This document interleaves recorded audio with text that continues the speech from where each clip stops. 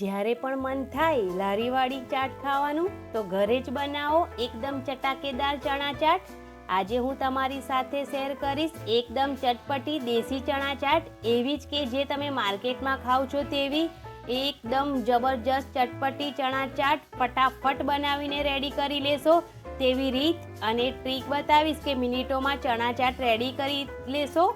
આ ચણા ચાટને એવો ટ્વિસ્ટ આપ્યો છે કે તમે નાસ્તામાં બનાવો કે સાંજની ચા સાથે બનાવો કે મહેમાન આવે ત્યારે પણ બનાવો, અને જ્યારે મન થાય કે એકદમ ચટપટી ચાટ ખાવી છે ત્યારે પણ તમે બનાવો તો એકદમ જબરજસ્ત ચટાકેદાર મસાલેદાર ચણા ચાટ બનીને રેડી થશે, અને એ પણ મિનિટોમાં. એવી એકદમ આસાન રીત અને એક જબરજસ્ત ટ્રીક સાથે આપણે આ ચાટ બનાવીને રેડી કરીશું. એકવાર તમે આ ચાટ ઘરે બનાવશો તો બહારથી ચાટ લાવવાનું તમે બંધ જ કરી દેશો, એટલી લાજવાબ ચાટ બનીને રેડી થઈ જાય છે, ચટાકેદાર અને એ પણ ફટાફટ. તો ચલો બનાવીએ ચણા ચાટ. સ્વાગત છે તમારું મારી ચેનલ વાઘેલાસ ખાના ખજાનામાં. જો તમે મારી ચેનલ પર નવા હોય તો પ્લીઝ મારી ચેનલને સબસ્ક્રાઈબ જરૂરથી કરજો. તો મેં અહીંયા 250 ગ્રામ દેશી ચણા લીધા છે, જે મેં તમને બતાવ્યા છે એ ચણા. મેં તેને આખી રાત પલાળી રાખ્યા હતા તો તે સવારે ફૂલી ગયા છે. તમે 7 થી 8 કલાક જેવું દેશી ચણાને સારી રીતે ધોઈ અને પલાળી લેજો. દિવસે પલાળો તો 7 થી 8 કલાક અને રાત્રે પલાળો તો આખી રાત પલાળી દેજો. તો હવે કુકરમાં ચણાનું પાણી કાઢી લઈ તેને નાખી દઈશું ચણાને કુકરમાં, અને તેની સાથે હું અહીંયા એક મોટી સાઈઝનો બટાકો પણ નાખું છું. હવે ચણા ડૂબી રહે તેટલું પાણી નાખીશું, બસ આટલું, અને સ્વાદ પ્રમાણે થોડું મીઠું નાખી ઢાંકણ બંધ કરી લઈશું અને 4-5 સીટી વગાડી લઈશું. 4-5 સીટીમાં આપણા ચણા અને બટાકા બંને બફાઈ જશે. તો હવે 4-5 સીટી વાગી ગઈ છે. તો હવે ચેક કરી લઈએ. ચણાને હાથ વડે દબાવીએ છીએ તો દબાઈ જાય છે, એટલે કે બફાઈ ગયા છે. તો હવે તેનું પાણી કાઢી લઈશું અને એક કઢાઈ મૂકી ગરમ થાય એટલે 2 ચમચી જેટલું તેલ નાખી દઈશું. આપણે આ ચાટમાં વધારે તેલનો ઉપયોગ નથી કરવાનો. તેલ ગરમ થઈ જાય એટલે 1.5 ચમચી જેટલું જીરું નાખી દઈશું અને તેને પણ એકદમ સારી રીતે શેકાવા દઈશું. એકદમ સારી રીતે શેકાઈ જાય પછી આદુ, લસણ અને લીલા મરચાંની પેસ્ટ નાખી દઈશું. આ ચાટમાં લસણ અને લીલા મરચાં અને આદુની પેસ્ટ તમે નાખશો તો એકદમ સરસ ટેસ્ટ આવે છે. તમે ના ખાતા હોય તો સ્કીપ પણ કરી શકો છો. તેને પણ એકદમ સારી રીતે શેકી લઈશું.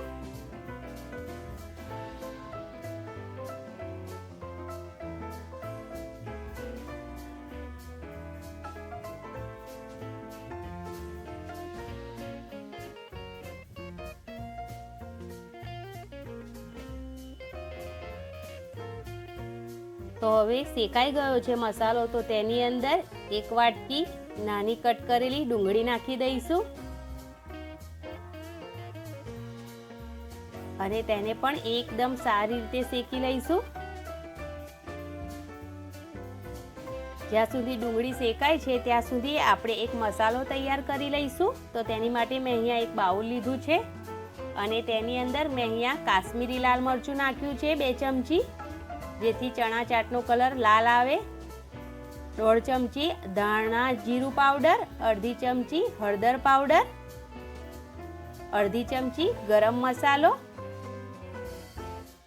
અને અહીંયા મેં સંચળ પાવડર નાખ્યો છે 1 ચમચી. ચાટમાં એકદમ જોરદાર ફ્લેવર આવે છે સંચળનો.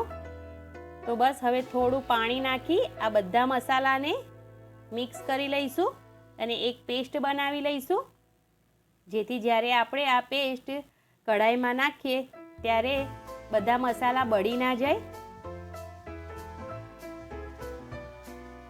સંચળ પાવડર નાખવાથી આપણી ચાટમાં એક જબરજસ્ત ફ્લેવર આવે છે અને ચાટનો સ્વાદ વધારે વધી જાય છે, એકદમ ચટપટો. તો બસ પેસ્ટ રેડી થઈ ગઈ છે. તો હવે આપણે ડુંગળીને ચેક કરી લઈએ. તો ડુંગળી પણ શેકાઈ રહી છે હજુ.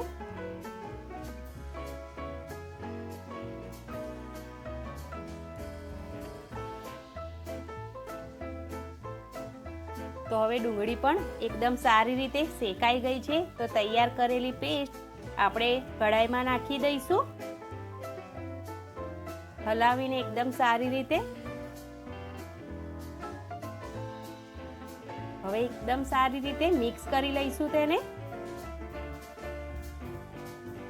જ્યાં સુધી બધા મસાલા ચડી ના જાય અને બધું પાણી બળી ના જાય અને જ્યાં સુધી તેલ છૂટું ના પડે ત્યાં સુધી તેને હલાવતા રહેવાનું ફાસ્ટ ગેસ પર. એકદમ જલ્દી 2 જ મિનિટમાં મસાલા ચઢી જાય છે અને તેલ છૂટું પડી જાય છે ફટાફટ.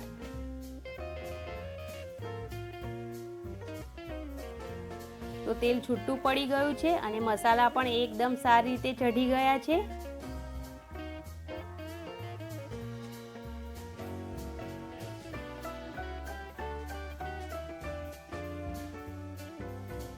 તો હવે જે આપણે ચણા બાફીને રાખ્યા છે ને તેને નાખી દઈશું.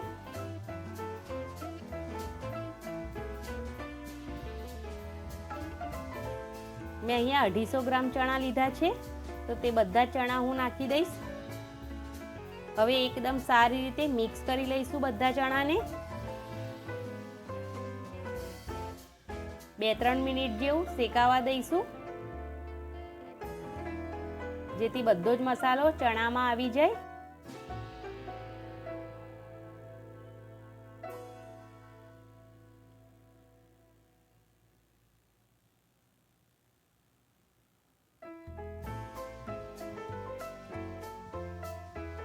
એકદમ સરસ મસાલો બધો ચણામાં ભળી ગયો છે અને સરસ એવી ચાટ રેડી થઈ ગઈ છે.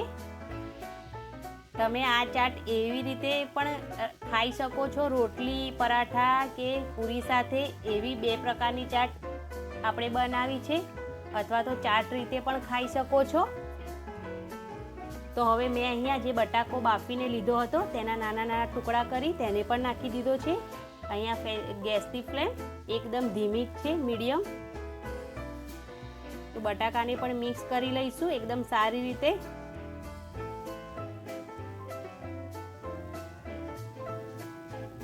તો બસ બટાકા પણ મિક્સ થઈ ગયો છે ચણા સાથે. તો હવે મેં ગેસની ફ્લેમ બંધ કરી દીધી છે.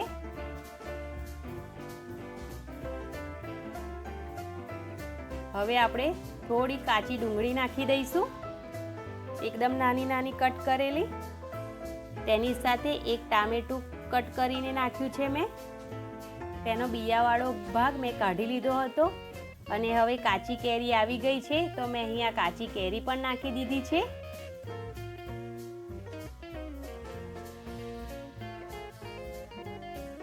એક બાઉલ કાકડી પણ નાખી છે. તમે કાકડી નાખતા પહેલા ચેક કરી લેજો, કેમ કે અમુક કાકડી કડવી પણ આવે છે અને તમને ના પસંદ હોય તો તમે સ્કીપ પણ કરી શકો છો.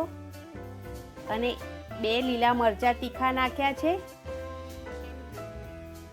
એકદમ ચટપટા ફ્લેવર માટે. થોડી ચાટ મસાલો પણ નાખ્યો છે.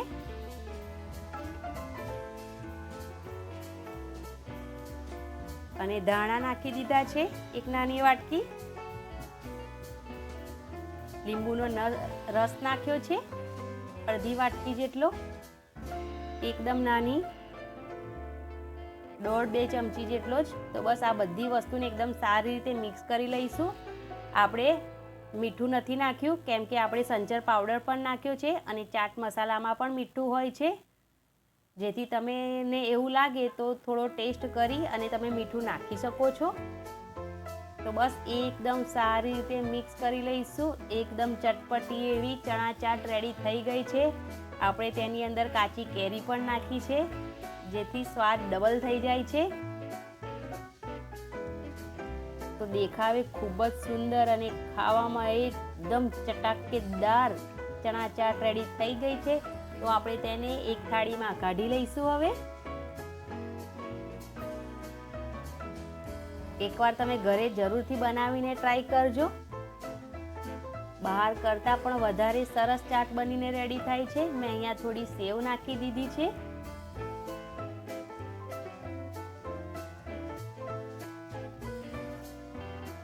અને જે થોડું કાચું સલાડ બનાવ્યું હતું એમાંથી જે બચી ગયું હતું તેને પણ નાખી દીધું છે. તો બસ એકદમ ચટાકેદાર ચણા ચાટ બનીને રેડી થઈ ગઈ છે. તમે એકવાર આ રેસીપી જરૂરથી ટ્રાય કરજો, તમને ખૂબ જ મજા આવશે. એમ પણ ચટપટું વસ્તુ તો બધાને ખૂબ જ ભાવે છે અને આ હેલ્ધી પણ છે, કેમ કે આપણે દેશી ચણા નાખ્યા છે અને બધી જ વસ્તુ એકદમ હેલ્ધી જ વાપરી છે અને વધારે તેલ પણ નથી વાપર્યું. તો એકદમ સરસ એવી ચણા ચાટ રેડી થઈ ગઈ છે. તો બનાવો અને ખાઓ, ખૂબ જ મજા આવશે તમને આ ચટપટી ચાટ ખાવાની. તો જો તમને મારી આ ચટપટી ચાટની રેસીપી પસંદ આવી હોય તો પ્લીઝ મારી ચેનલને જરૂરથી સબસ્ક્રાઈબ કરજો. કોમેન્ટ કરીને જરૂર જણાવજો કે તમને મારી આ રેસીપી કેવી લાગી. લાઈક અને શેર કરવાનું તો ભૂલતા જ નહીં. Thank you.